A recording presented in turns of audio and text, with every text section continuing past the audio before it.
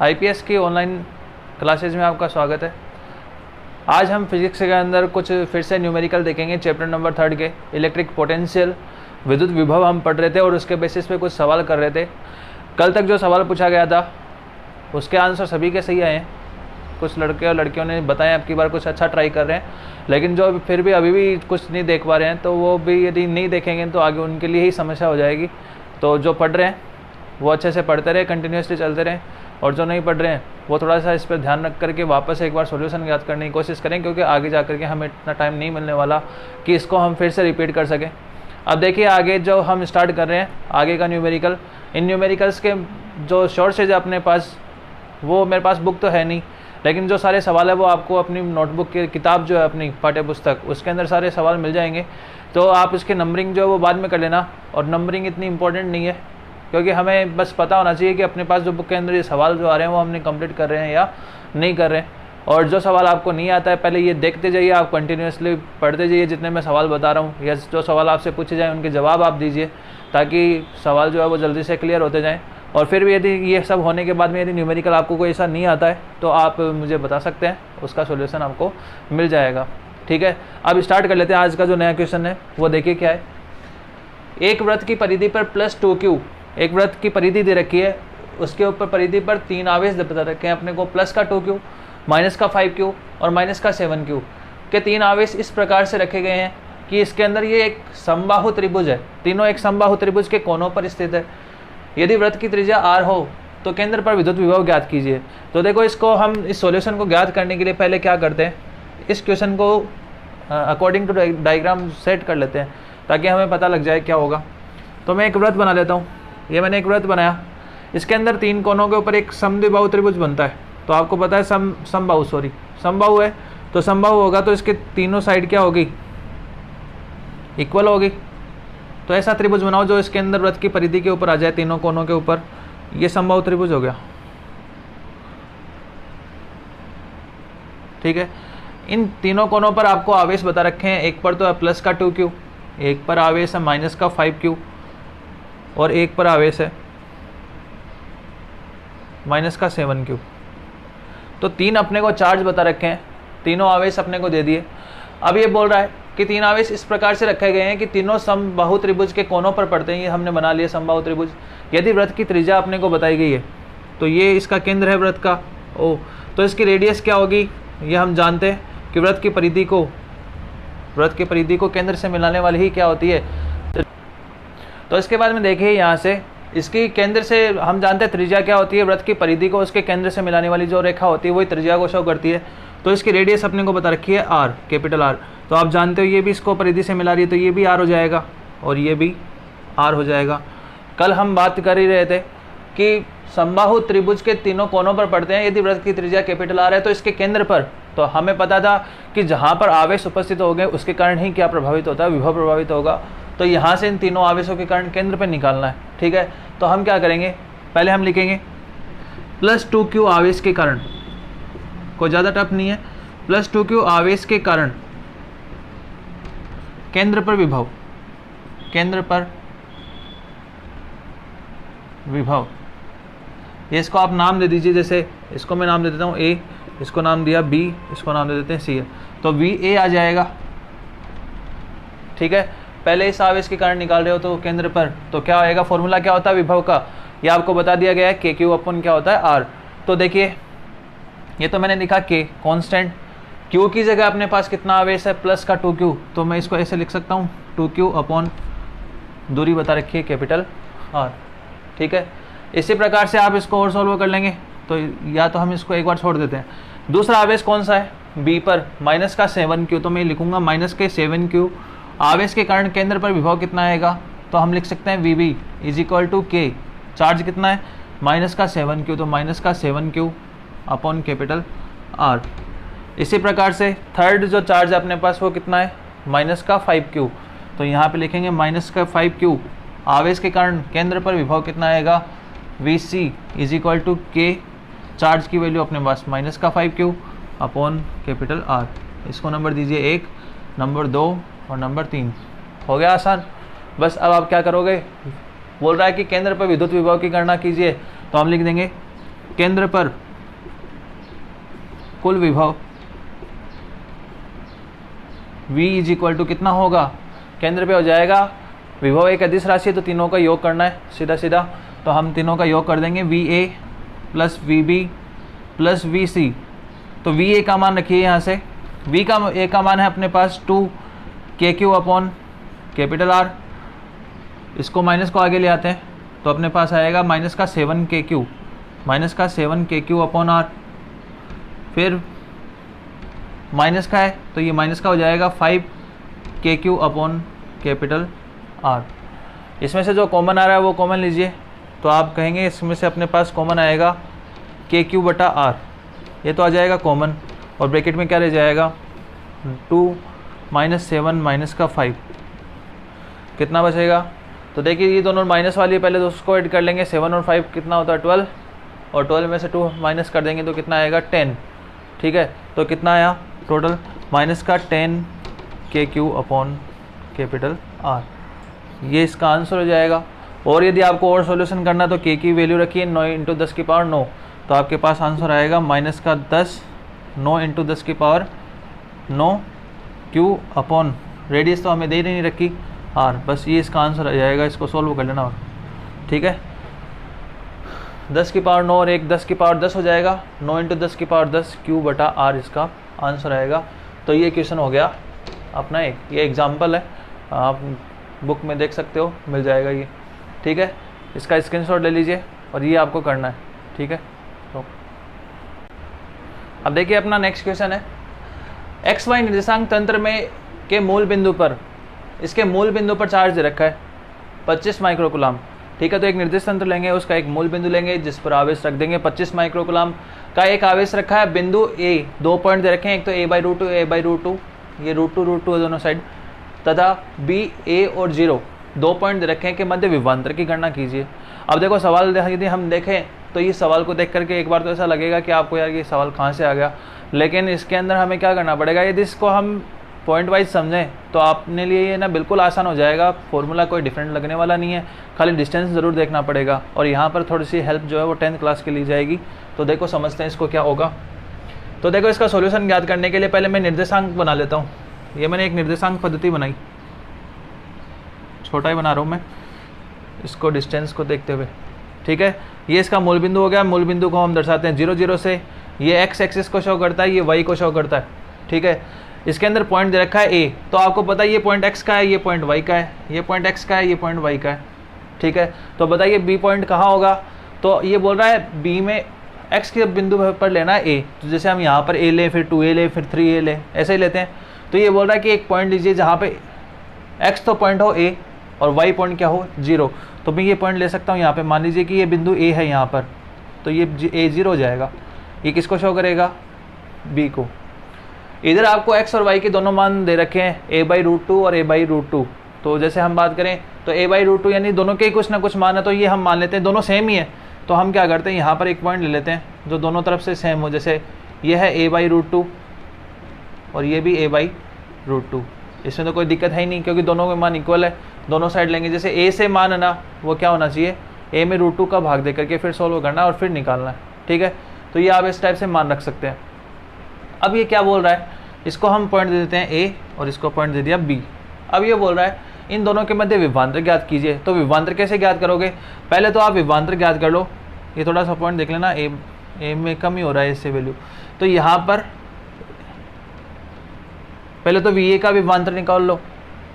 VA का विभवांतर कैसे आएगा, जब ये इसके बीच की दूरी पता होगी, क्योंकि यहाँ पर अपने पास आवेश मौजूद है, इसको मैं O पॉइंट दे देता हूँ मूल बिंदु, ठीक है, ये तो केंद्र बिंदु हो गया, निर्देशांक के थ्रू 0 0 मूल बिंदु है, ये इसके पॉइंट दे दिए हमने, तो पहले हम A के कारण निकालेंगे, फिर दूसरा B के कारण निकालेंगे, और यहाँ पर है कि आवेश तो दे ही रखा है KQ/R में, Q तो है, Q कितना है 25 माइक्रोकुलाम, खाली R निकालना है, तो दूरी कैसे निकालेंगे, ठीक है, तो हम ये OA डिस्टेंस निकालते हैं। अब आप याद कीजिए 10th क्लास में आपने दूरी निकालने का सूत्र पढ़ा था, क्या होता है, तो मैं आपको एक बार थोड़ा सा बता देता हूँ कि दूरी ज्ञात करने का जो सूत्र होता है दो पॉइंट्स के बीच की, वो कैसे निकलती है, वो होती है अंडर रूट में x2 - x1 का whole square plus y2 - y1 का होल स्क्वायर। याद कीजिए फॉर्मूला आप पढ़ के आए हो, इन्हीं से दो पॉइंट के बीच में डिस्टेंस निकलेगी। तो हम देखिए कौन सा डिस्टेंस निकालना चाहते हैं, पहले OA निकालेंगे, यानी कि O और A, के बीच की। तो आप इसको तो मान लीजिए x1, ये y1, इसको मान लीजिए x2, y2, ठीक है। और इसको सोल्व कीजिए तो आएगा अंडर रूट में OA दूरी निकाल लेते हैं, क्योंकि OA दूरी चाहिए हमें KQ/R के फॉर्मूले के हिसाब से। फिर हम OB दूरी निकालेंगे ताकि अपने पास आसान हो जाएगा। तो क्या होगा x2 माइनस x1, तो x2 की वैल्यू कितनी है आप देख रहे हो a/√2, तो a/√2 का माइनस x1 की वैल्यू 0, देख लीजिए यहाँ से, इसका स्क्वायर और सेम ही ऐसा का ऐसा ही उसके साथ है, तो a/√2 माइनस 0 का होल स्क्वायर। इसको आप सॉल्व कीजिए तो ये तो ये आएगा a/√2 का स्क्वायर प्लस a/√2 का स्क्वायर। a/√2 का स्क्वायर कितना होगा, a स्क्वायर, √2 का स्क्वायर होता है 2, यहाँ पे भी a स्क्वायर बटा 2, ये आधा कितना हो जाएगा, 1 माना जाएगा। तो हम इसको ऐसे लिख सकते हैं सिर्फ a स्क्वायर, और a स्क्वायर का रूट कितना होता है a, ठीक है। तो अपने पास OA का मान आ जाएगा, तो इसके कारण विभव ही निकाल लेंगे, कोई दिक्कत नहीं है। तो हम ऐसे कहते हैं, अतः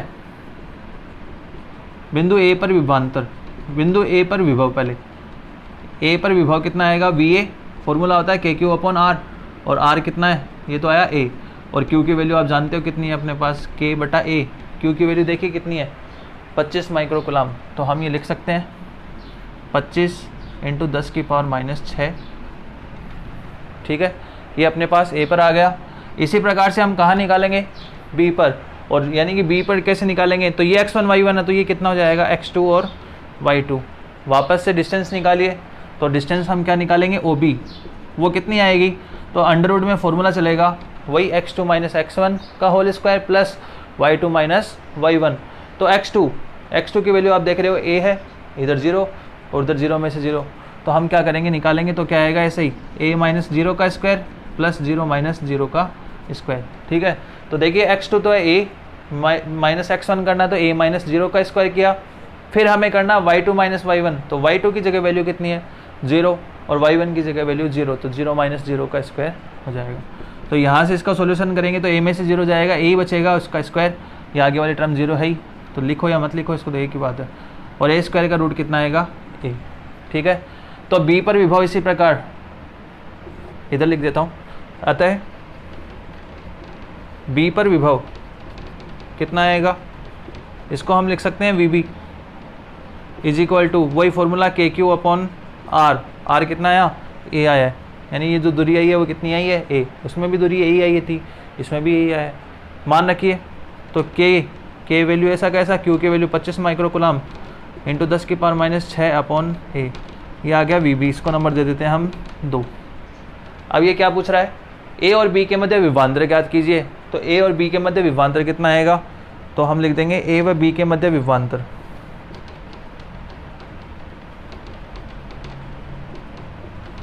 वो जाएगा VA माइनस VB। तो VA का मान भी वही है जितना VB का है, बस दोनों को सेम में से माइनस करेंगे, तो पहले लिखना ज़रूरी है।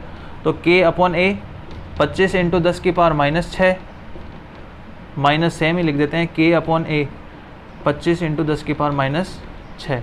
दोनों को एक दूसरे में से घटाओगे, आंसर कितना आएगा 0। तो इन दोनों के मध्य विभवांतर कितना हो जाएगा, 0 वोल्ट। आई होप आपको समझ में आया होगा। तो ज़्यादा कुछ टफ नहीं है, खाली हमें थोड़ा सा लॉजिक है वो ज़रूर इस्तेमाल करना होता है मैथमेटिक्स का। जैसे हमने 10th में इसमें डिस्टेंस निकालना सीखी है, तो ये हमारे लिए कोई बिल्कुल आसानी है। ज़्यादा कुछ आप इसमें डीप जाने की तो कोशिश करो मत, बस खाली सिंपल सा इसको लॉजिक के थ्रू समझिए और आसानी से निकालिए। फॉर्मूला कहीं पे विभव का नहीं बदला, कहीं पे विभवांतर का नहीं बदला। खाली आपको यदि ये सवाल इस टाइप से देख करके इसे कन्फ्यूजन हो जाए, अब ये सवाल ही है ना, आगे जा कर के IIT यदि आप करते हो या फिर नेट का एग्ज़ाम देते हो, तो वहाँ पे भी ये हेल्पफुल रहेगा। आगे जा कर के हम इसके न्यूमेरिकल भी देखेंगे, अलग अलग टाइप के किस टाइप से सवाल आते हैं। तो आप इसकी जितनी ज़्यादा कोशिश करोगे, यही आपके लिए एक CD का काम करेगा आगे के एग्ज़ाम्स के लिए। तो आप इनको अच्छे से प्रिपेयर करें, जितने ज़्यादा न्यूमेरिकल्स आते हैं उनको निकालिए, ताकि आगे जा कर के आपको किसी भी एग्ज़ाम के लिए रुकना ना पड़े और आसानी से उसमें सक्सेस हो जाओगे। तो ये आप ध्यान रखिए, इस टाइप से हम इसको सवाल को कर सकते हैं। इसका स्क्रीनशॉट लेना है, ये काम अपनी नोटबुक में भी आपको करना है, ठीक है। अब देखिए नेक्स्ट क्वेश्चन अपना, NaCl सोडियम क्लोराइड दे रखा है कि Na+ तथा Cl- आयनों के मध्य दूरी दे रखी है अपने को 1 एंगस्ट्रम। 1 एंगस्ट्रम का मतलब आप जानते हो 1 × 10⁻⁻10 मीटर दूरी दे रखी है। पहला सवाल पूछा है द्विध्रुव का द्विध्रुव आघूर्ण ज्ञात कीजिए, यानी कि विद्युत द्विध्रुव का द्विध्रुव आघूर्ण ज्ञात करना है। क्या होगा, अब आप थोड़ा सा इसमें ध्यान रखें। तो अब देखो, अब सवाल पूछ लिया इसने पहले चैप्टर का, तो कोई ज़्यादा डिफिकल्ट काम थोड़ी है, लेकिन हमें याद रहेगा तो आसानी से हम कर पाएंगे। क्या सूत्र होता है आप जानते हो, एक आवेश का परिमाण और दूरी का गुणनफल, यानी कोई भी एक आवेश लेंगे और उसकी दूरी का गुणनफल कर देंगे। इसके केंद्र से 4 एंगस्ट्रम की दूरी पर, अब जो द्विध्रुव बनाते हो उसके केंद्र से एक दूरी लेनी है आपको 4 एंगस्ट्रम की दूरी पर अधिकतम एवं न्यूनतम विभव, या अधिकतम आपको पता है कौन सी कंडीशन में मिलता है, अक्षीय स्थिति में, और न्यूनतम कहाँ मिलता है, निरक्षीय में। तो ये बोल रहा है कि अक्षीय या दूरी पर अधिकतम एवं न्यूनतम विभव, या यहाँ पर 2 नाम दे रखा है, ध्यान रखना सर। यहाँ पे एक तो लिखा हुआ है अक्षीय रेखाओं व निरक्षीय रेखाओं पर।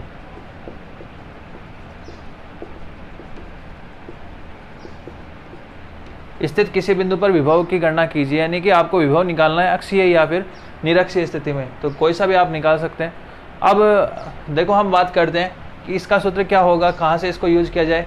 तो द्विध्रुव आघूर्ण का सूत्र तो आप जानते हो क्या होता है, क्या हो जाएगा द्विध्रुव आघूर्ण का सूत्र, Q इंटू 2a। तो Q इंटू 2a निकालने के लिए हम क्या करते हैं, पहले इसके ऊपर आप को पता है कि आयन है Na प्लस या Cl माइनस, तो इनके पास होते हैं इलेक्ट्रॉन, और इलेक्ट्रॉन के पास चार्ज कितना होता है, तो हम बोलेंगे 1.6 इंटू 10 की पावर माइनस 19 कूलम। तो इसमें कोई आसानी रहेगा, तो हम कैसे सॉल्यूशन करते हैं तो समझिए इसको।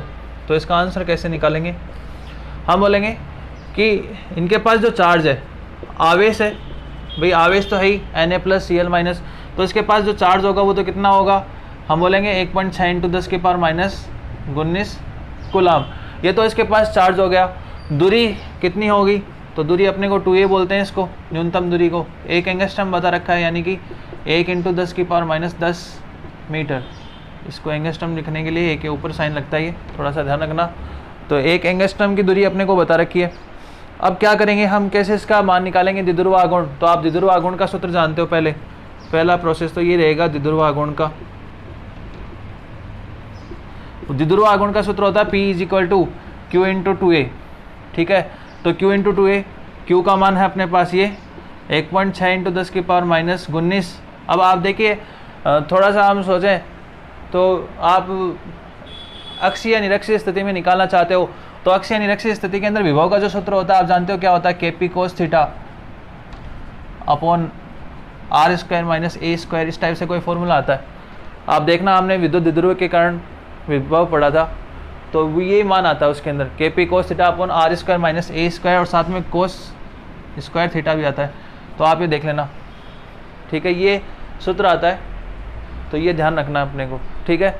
अब KP cos थीटा अपॉन ये फॉर्मूला आता है उसके कारण। तो अब हम ये देखेंगे कि यहाँ पे P निकालना पड़ेगा। P क्या है, द्विध्रुव आघूर्ण है, तो यहाँ पे इसने सीधा ही पूछ लेना कि द्विध्रुव आघूर्ण क्या होगा, तो आपके लिए सिंपल हो जाएगा। 2a का मान रखिए, तो 2a का मान 1 इंटू 10 की पावर माइनस 10 है। इसको सॉल्व कर लीजिए, तो ये आंसर आ जाएगा अपने पास 1.6 माइनस 19 और माइनस का 10 माइनस का 29, और इसका यूनिट हो जाएगा कूलम इंटू मीटर। ये अपना पहला आंसर आ गया। अब ये पूछ रहा है, आगे चलते हैं, इसका काम हो गया। देखो सवाल यदि एग्जाम में आता ना तो इसी टाइप से आता है, 3 नंबर के क्वेश्चन आ जाएंगे। 1 नंबर का तो ये पूछ लेगा द्विध्रुव आघूर्ण, तो आपका 1 नंबर तो यहीं आ जाएगा, फिर दूसरा नंबर इसमें आ जाएगा, और न्यूनतम विभव में तीसरा नंबर। तो 3 नंबर का सवाल आता है तो इस टाइप से, और 2 नंबर का आता है तो आधा नंबर। 1 नंबर का तो कोई सा इनमें से दे देगा, 1 नंबर का ऊपर वाला, ठीक है। अब निकालिए। अब ये बोल रहा है कि इसके केंद्र से, तो पहले मैं देखो इसका चित्र बनाऊँ आपको, तो मैं ऐसे बता रहा हूँ कि ये अपने पास 2 आवेश है, प्लस Q और माइनस Q। इसका केंद्र है ये, तो इसके बीच की दूरी तो होती है 2a, यानी इसके बीच की दूरी तो आप देख पा रहे हो 1 एंगस्ट्रम है, 1 एंगस्ट्रम बता रखा है हमें। अब ये बोल रहा है इसके केंद्र से, यानी जो r दूरी दे रखी है, मैं यहाँ पे लिख देता हूँ, माइनस का Q, ये प्लस का Q, जब हम पढ़ रहे थे इसके बीच की दूरी तो होती है अत्यल्प, ये तो हो गया द्विध्रुव है। तो इसके केंद्र से r दूरी पर एक बिंदु लेना है, और r का मान अपने को दे रखा है कितना, आप देखो 4 एंगस्ट्रम दे रखा है, यानी कि 4 इंटू 10 की पावर माइनस 10 मीटर। अब बोल रहा है कि या तो अक्षीय स्थिति में निकालिए या निरक्षीय। तो देखो पहले हम निकालते हैं कोई सी स्थिति में, कौन सी में, अक्षीय स्थिति में। देखो निरक्षीय में तो निकालना ही नहीं पड़ेगा, क्योंकि निरक्षीय के अंदर विभव का मान जो होता है वो 0 होता है, क्योंकि उसमें थीटा जो होता है। अक्षीय तो आप जानते हो अक्ष का मतलब होता है इसी रेखा के अंदर जिसमें थीटा की वैल्यू कितनी होती है 0 डिग्री, तो वो तो होती है अक्षीय स्थिति। और निरक्षीय कौन सी होती है? निरक्षीय स्थिति कौन सी होगी? वह स्थिति रहेगी जो लंबवत कंडीशन रहेगी, यानी थीटा इज इक्वल टू 90। अब इसमें आपने कोस थीटा की जगह 90 डिग्री रखा तो ये वैल्यू तो क्या हो जाएगी? 0 हो जाएगी। तो आपको आंसर निकालना नहीं पड़ेगा, लेकिन करना ज़रूरी है। अब हम पहली कंडीशन ले रहे हैं अक्षीय स्थिति में, और कब निकाल रहा हूँ? जब आर का मान बहुत बड़ा हो, किससे? ए की तुलना में। तो आर का मान यदि बहुत बड़ा होता है ए की तुलना में, तो इस टर्म को हम नेग्लेक्ट कर देते हैं। इस टर्म को क्या करेंगे? हटा देंगे। इस टर्म को हटाएंगे और थीटा की वैल्यू कितनी डिग्री? अक्षीय स्थिति में आप जानते हो थीटा बराबर होता है 0 डिग्री। रखिए, तब विभव का सूत्र आएगा के पी कोस 0 रखेंगे। कोस 0 का मान आप जानते हो कितना होता है? कोस 0 का मान 1 होता है। फिर अपॉन में क्या आएगा? R square. वो ए वाली टर्म नेगलेक्ट होने की वजह से अब इसमें कहीं लिखा नहीं है कि भाई आप कोस थीटा को नगण्य मानिए, तो हम दोनों आंसर निकालेंगे। ठीक है, तो एक बार तो हम मान के चल रहे हैं वो वाली, और यदि नहीं मानेंगे तो आगे वाली कैसी स्थिति रहेगी वो देखनी है। तो के पी, के का मान ये तो आप निकाल लोगे ना, 9 गुणा 10 की पावर 9। पी का मान अपने को दे रखा है 1.6 इंटू 10 की power minus 29 upon R square. R कितना है?